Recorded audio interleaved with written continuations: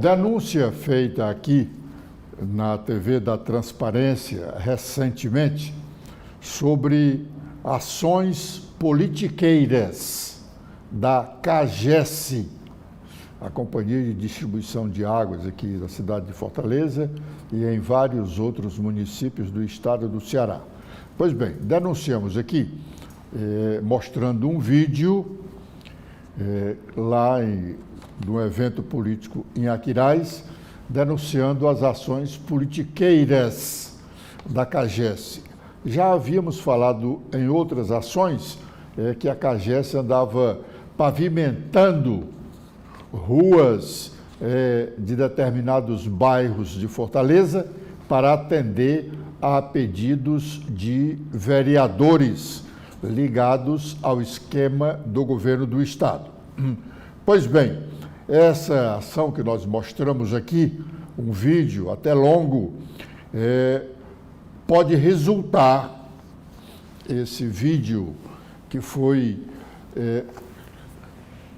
acompanhado por um dos representantes do Ministério Público Eleitoral, pode até resultar na cassação do registro da candidatura à reeleição do prefeito Bruno Gonçalves de Aquiraz e do irmão do presidente da CAGES, conhecido como Maguinho, que é candidato a vereador lá no Aquiraz. Vamos relembrar o comício feito pelo prefeito de Aquiraz, o Bruno Gonçalves, onde ele diz o que está fazendo a CAGES para ajudá-lo a vencer a disputa para conseguir um segundo mandato de prefeito naquele município e ajudar a eleger vereador de Aquiraz o irmão do próprio presidente da CAGES. Vamos ver o vídeo.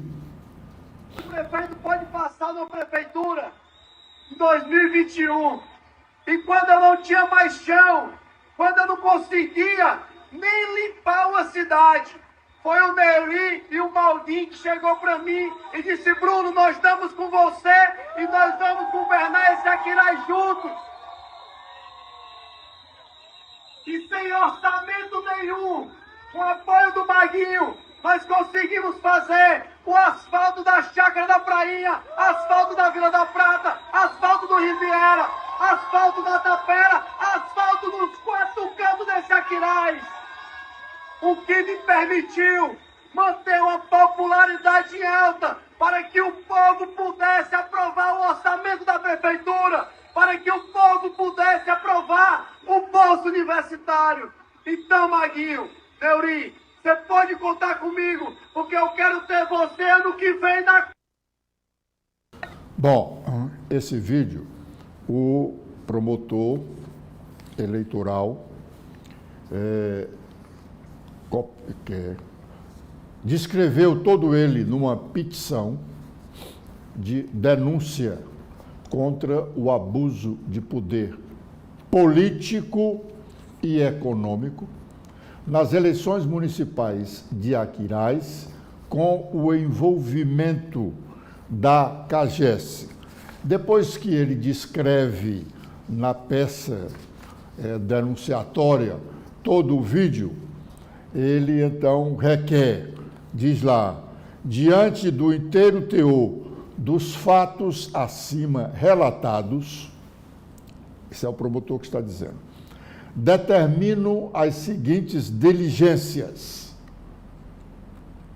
1. A evolução do presente feito para procedimento preparatório eleitoral, com fulcro no artigo 58 da Procuradoria, da Portaria da Procuradoria-Geral Eleitoral, número 1 de 2019.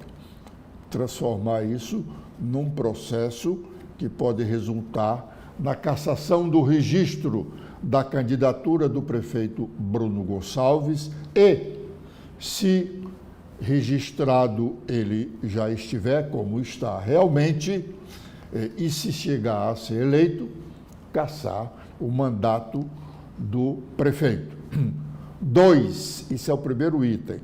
2, o envio de ofício à CAGES para que, em 10 dias, informe todas as obras feitas no município de Aquiraz nos últimos 4 anos. 3, a notificação de Neuri Freitas, diretor-presidente da CAGES, para que, em 5 dias, se manifeste acerca dos fatos postos às folhas, ele diz lá, da petição. São 3 laudas da petição. 4, a notificação do candidato Magno Cavalcante de Freitas, é o tal Maguim, para que, em 5 dias, se manifeste acerca dos fatos.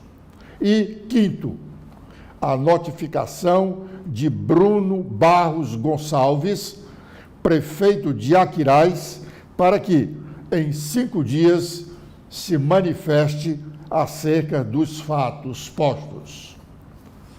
Esta é uma primeira medida realmente muito séria contra os desmandos da campanha, da administração do prefeito Bruno Gonçalves e da campanha que ele desenvolve em Aquiraz.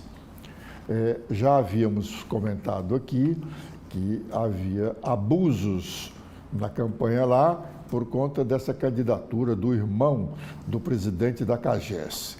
Ele jogou a CAGES dentro da campanha eleitoral de Aquiraz para eleger o irmão. O mesmo, não na mesma proporção, em proporções bem menores, ele fez também, repetindo, aqui em bairros de Fortaleza, para ajudar candidatos a vereador ligados ao esquema do governo do Estado.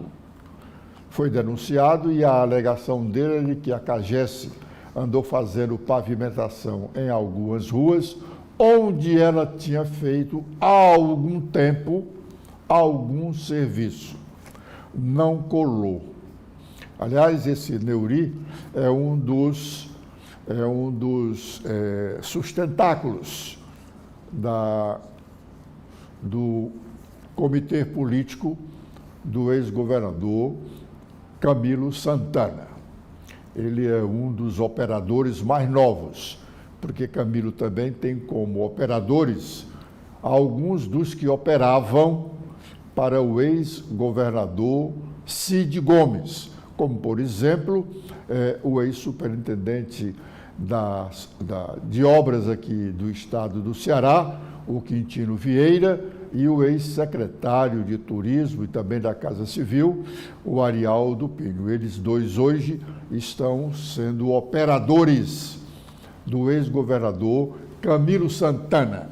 Deixaram o Cid naquele arroubo de disputa nas eleições de 2022 e estão albergados no comitê do ex-governador e ministro Camilo Santana. Entramos agora na fase do salve-se quem puder. Salve-se quem puder nas eleições municipais em Fortaleza e em vários outros municípios cearenses. Nas próximas 60 horas, o restante desta quinta-feira e as 48 horas da sexta-feira e do sábado, que são véspera do dia da votação, em quase todos os municípios cearenses, onde a campanha não está fácil para alguns dos candidatos, o corre-corre vai ser grande e o volume de recursos em circulação nessas próximas horas, como já advertimos no início desta semana vai ser muito grande, mesmo com toda a vigilância do Ministério Público Eleitoral. Todos os locais onde há um grande volume de pagamentos em dinheiro, hoje não se paga mais tanto em dinheiro como se pagava anteriormente. Os cartões de crédito hoje são a prioridade para pagamento, mas ainda há alguns lugares onde há uma boa arrecadação de dinheiro, porque as pessoas vão lá fazer as suas compras e algumas delas, ou muitas delas, pagam em dinheiro. Antes, nesta época do ano, das eleições, dos dias que antecediam as eleições, eram objeto de procura dos políticos, dos mais abastados, as empresas de ônibus e os supermercados, que arrecadavam muito dinheiro. Hoje, dificilmente se paga uma passagem no transporte coletivo com dinheiro, né? Mas antes era assim. E essas empresas, os supermercados e as empresas de ônibus, eram muito procuradas pelos políticos que tinham recursos, davam lá os seus cheques, recebiam espécie e iam trabalhar as últimas horas da eleição, que são os momentos que antecedem a votação. Nesses momentos, nas últimas horas da campanha eleitoral, as negociações não são feitas apenas com as palavras. Eu prometo isso, prometo aquilo outro.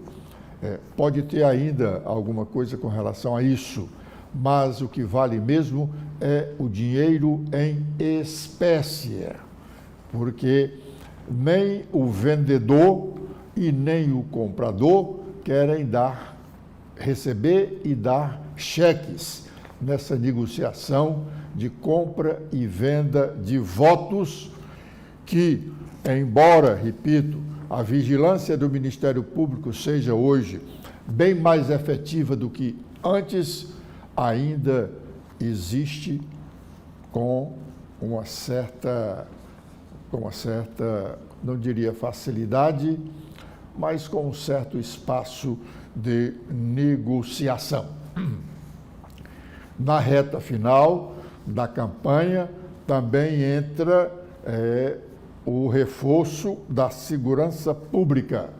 Aqui no Ceará, ela já está não totalmente ativada, mas já está em parte ativada com o número de policiais militares que saíram da capital para efetuarem os seus trabalhos na segurança das eleições em vários municípios, notadamente naqueles onde o pleito está mais acirrado e onde há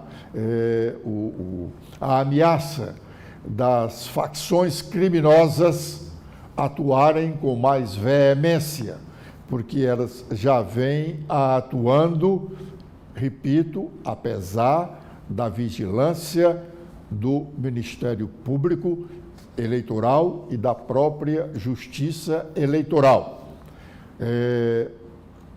O contingente da Polícia Militar é relativamente grande, também todo o contingente da Polícia Civil, que é bem menor, mas também já está definido como trabalhará.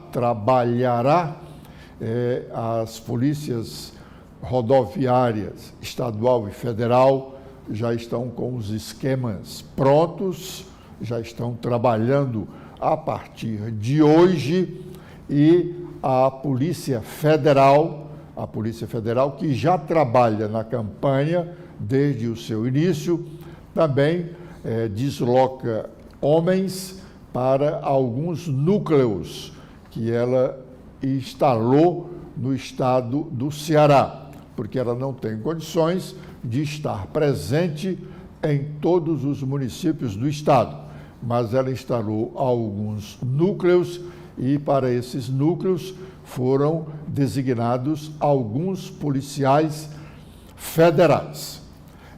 O Ministério Público também já mandou um reforço de novos promotores para várias zonas eleitorais. E todo esse esquema de segurança das eleições foi explicado aqui na TV da Transparência recentemente, numa entrevista que nós fizemos com o procurador de Justiça do Estado, que trabalha junto à Procuradoria do Regional Eleitoral. A Procuradoria Regional Eleitoral é comandada por um procurador da República, com o auxílio de todo o Ministério Público Estadual. São os promotores de justiça que atuam em todas as zonas eleitorais do Estado, sob o comando do Procurador Regional Eleitoral, que é um procurador federal. Pois bem, o Procurador de Justiça do Estado, o doutor Emanuel Girão, que nós entrevistamos aqui, ele nos falou sobre essas últimas horas da campanha eleitoral em termos de segurança das eleições. Vamos ouvi-lo. A Polícia Federal tem um delegado designado especialmente, né, para essa atuação eleitoral, e pela reunião que nós tivemos, a Polícia Federal esse ano atuará em 29 polos. Nós sabemos que o Ceará só tem sede da Polícia Federal em Fortaleza e Juazeiro do Norte. Então, para que a Polícia Federal tenha uma atuação mais capilarizada, esse ano eles vão atuar em 29 polos, obviamente nas cidades mais importantes. Então, eles vão deslocar equipes, né, com delegados da Polícia Federal, com agentes da Polícia Federal, exatamente para fazer esse trabalho, aí sim, de enfrentamento aos crimes eleitorais. A Polícia Judiciária Eleitoral, né, a polícia que tem atribuição para investigar os crimes eleitorais de forma precípua, né, é exatamente a Polícia Federal.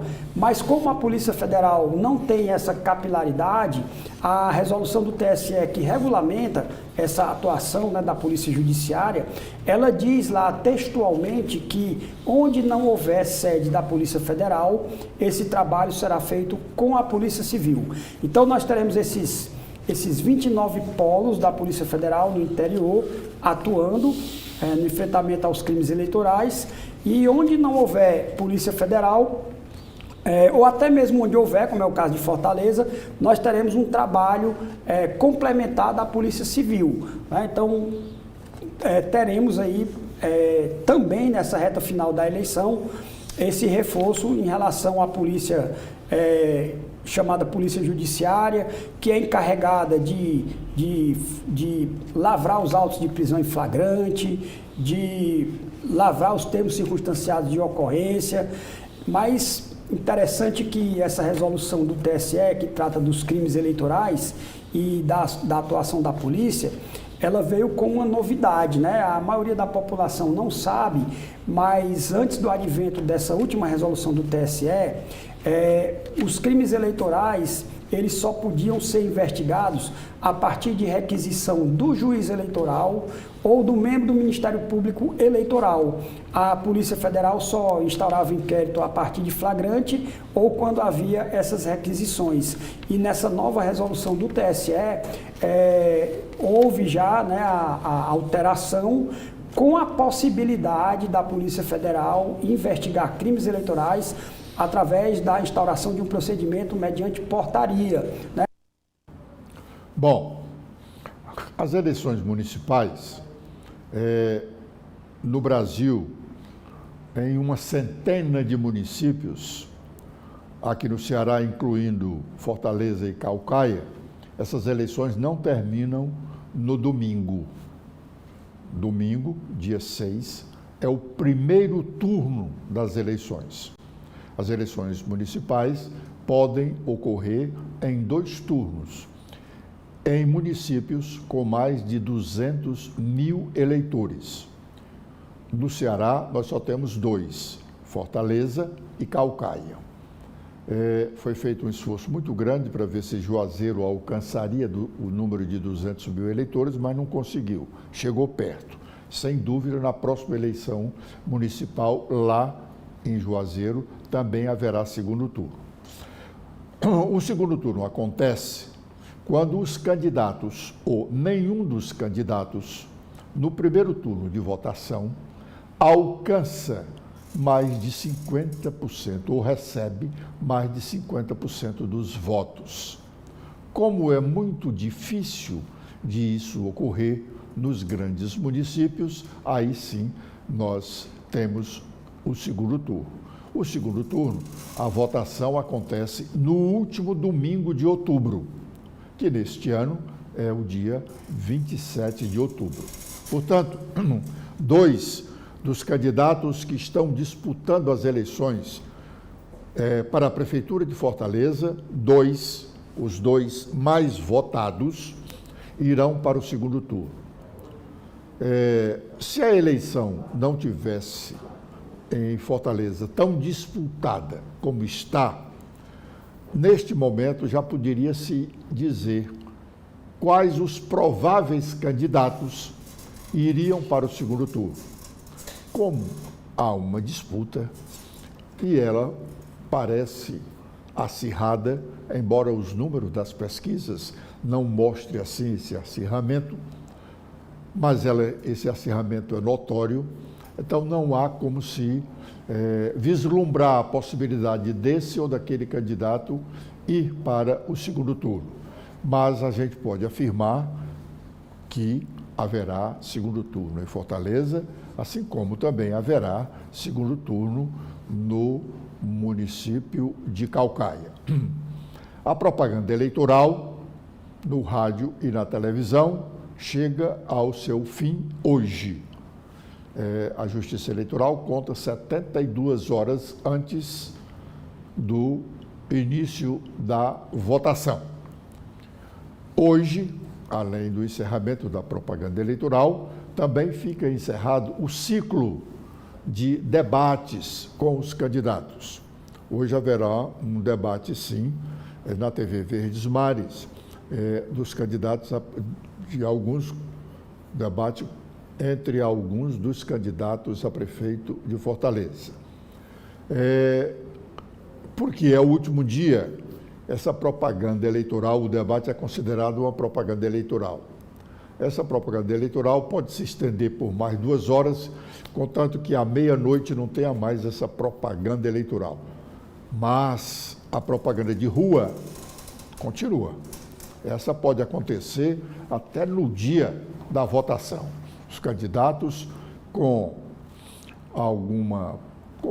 certa parcimônia, né, podem fazer as suas campanhas, porque elas não podem repetir o que aconteceu até agora. Mas eles podem fazer caminhadas, podem fazer carreatas, sexta, sábado, podem distribuir santinhos, não podem fazer comícios.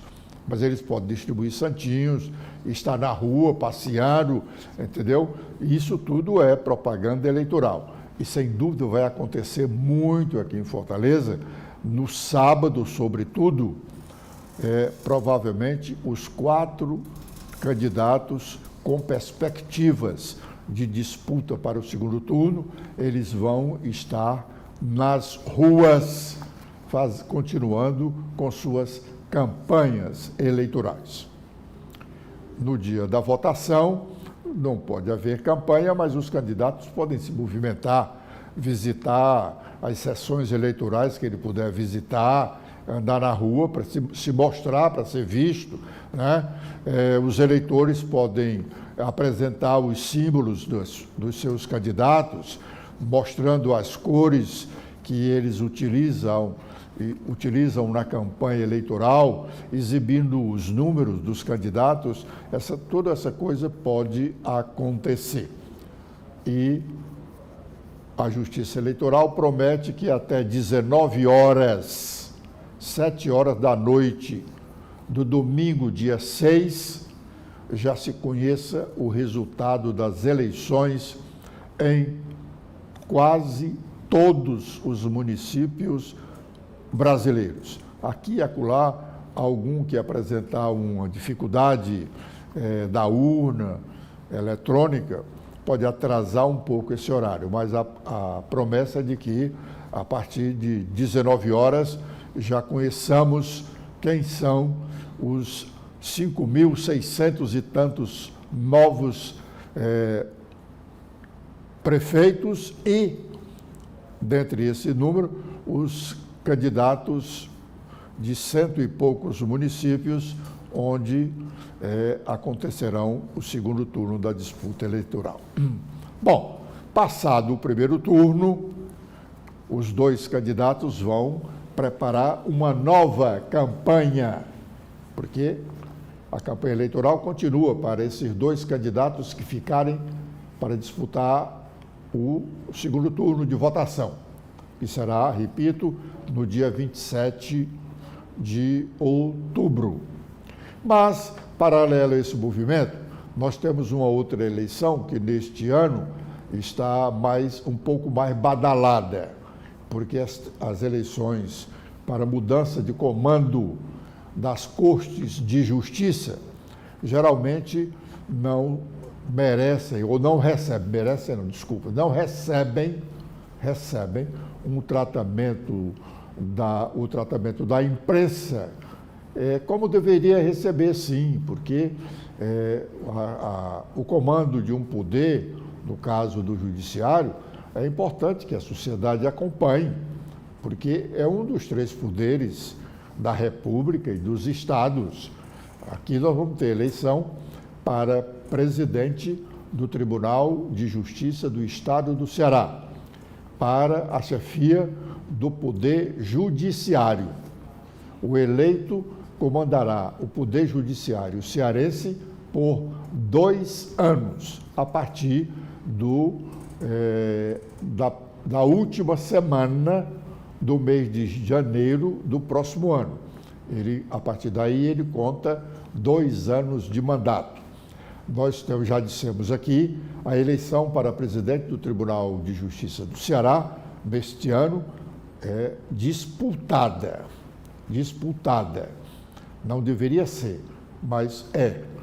E a disputa, repetindo o que já dissemos, ela está parecendo, em alguns momentos, com uma disputa eleitoral política. Lá também é uma eleição política, mas essa política que nós conhecemos mais de perto, também lá a troca de acusações, a interesses dos grupos, são 2 grupos, não é? São 2 grupos que estão disputando o comando. E, recentemente, os desembargadores foram convidados pelo presidente da Corte, o desembargador Abelardo Benevides, para visitarem o novo prédio do Tribunal de Justiça do Ceará. Esse novo prédio do Tribunal de Justiça do Ceará já foi motivo de alguns comentários nossos aqui e que irritaram a empresa que foi contratada sem licitação pelo governo do estado, através da Superintendência de Obras. A empresa Luminale ficou um tanto quanto irritada, fez até uma notificação extraordinária, não extraoficial, para que nós retirássemos do ar vídeos em que comentamos a atuação dela com relação à obra do Tribunal de Justiça. A obra era para ter sido concluída em 8 meses, já se passaram 3 anos. Pois bem, aí é outra coisa. o presidente do tribunal convidou os seus colegas desembargadores para fazer uma visita ao prédio, porque ele vai ser inaugurado. Aí é aquela história que se diz, até que enfim, pois é, vai ser inaugurado. A inauguração pode acontecer ainda este ano, porque a ideia é de que o próprio Tribunal de Justiça comece a funcionar lá na sua tradicional sede, que foi tomada por um incêndio em 2021, e teve que ser feito um novo prédio. E eles querem voltar para trabalhar lá no próximo ano. E aí vai acabar essa história de obra inacabada. E essa luminária diz que terminou há muito tempo, mas a obra só vai ser inaugurada daqui a alguns meses, se for. O desembargador, então, reuniu os seus colegas, quase todos, num café lá na nova sede, para que eles conhecessem os gabinetes onde irão trabalhar, e lá um dos candidatos à presidência. A eleição acontecerá no próximo dia 10. A eleição para a presidência do Tribunal de Justiça vai acontecer no dia 10. São eleitores apenas 53 desembargadores. E mesmo só com 53 eleitores, ainda tem disputa. E, até certo ponto, há acirrada. Lá nesse encontro, o desembargador Raimundo Nonato Silva Santos, que é um dos concorrentes, e é o candidato da oposição, questionou, na presença de todos, a segurança do voto. Veja bem, um colégio de 53 eleitores, um dos candidatos questionou sobre como seria a segurança do voto. E olha que são eleitores qualificadíssimos. Qualificadíssimos. São integrantes da Corte da Justiça. São integrantes de um poder do Estado, o Poder Judiciário. Pois o desembargador Raimundo Nonato Silva Santos questionou, querendo saber como seria o processo eleitoral para que eles tivessem certeza da fidelidade do voto, da segurança do voto. E o presidente teria respondido que ele não se preocupasse, que essas providências já estavam sendo adotadas. Ato contínuo, porque foi no mesmo dia, foi publicada uma portaria no Diário da Justiça, dizendo como seria o processo eleitoral, processo de votação, aliás. A votação será presencial, todos os desembargadores que forem votar terão que estar presente ao tribunal no dia da votação, e a votação será através de cédulas. Cada desembargador recebe uma cédula com o nome dos dois candidatos a presidente, com o nome do candidato a vice-presidente, só há um candidato a vice-presidente, e com o nome dos dois candidatos à corregedoria. Serão eleitos o presidente, o vice-presidente e um corregedor, o corregedor geral da Justiça no Estado. Também eles vão eleger, mas aí está fora do próprio regimento da Casa, o ouvidor da Justiça. A portaria diz que o voto será através de cédulas, né, presencial. Agora, no dia 29 de setembro, o desembargador Raimundo Nonato Silva Santos, que é o candidato de oposição, o candidato da situação é o atual vice-presidente do tribunal. Então, o desembargador Raimundo Nonato Silva Santos, que é também presidente do Tribunal Regional Eleitoral, encaminhou um ofício, o ofício de número 2540, ofício 2540 do Tribunal Regional Eleitoral, do dia 29 de setembro de 2024, destinado a Sua Excelência o senhor Antônio Abelardo Benevides Moraes, presidente do Tribunal de Justiça do Estado do Ceará, Fortaleza, Ceará. Assunto: disponibilização de urnas e cabinas de votação. Eleições para os cargos diretivos e para o cargo de ouvidor, ou entre parênteses, ouvidora, do Poder Judiciário do Estado do Ceará. Referência, diz lá processo, diz lá o número do processo. O texto do ofício.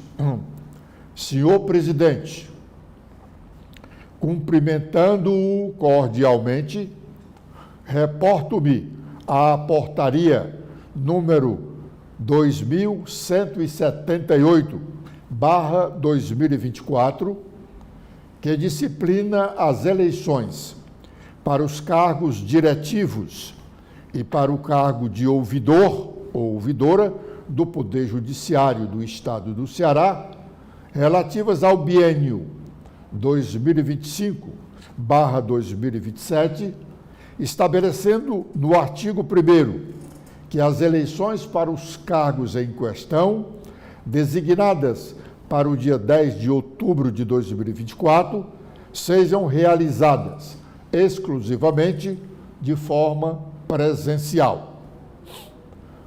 No intuito de resguardar o sigilo do voto, nos termos do regimento interno do Tribunal de Justiça do Estado do Ceará, TJCE, e da portaria mencionada, coloco à disposição da presidência do TJCE as cabinas de votação, além das urnas eletrônicas ou urnas de lona, a critério de Vossa Excelência.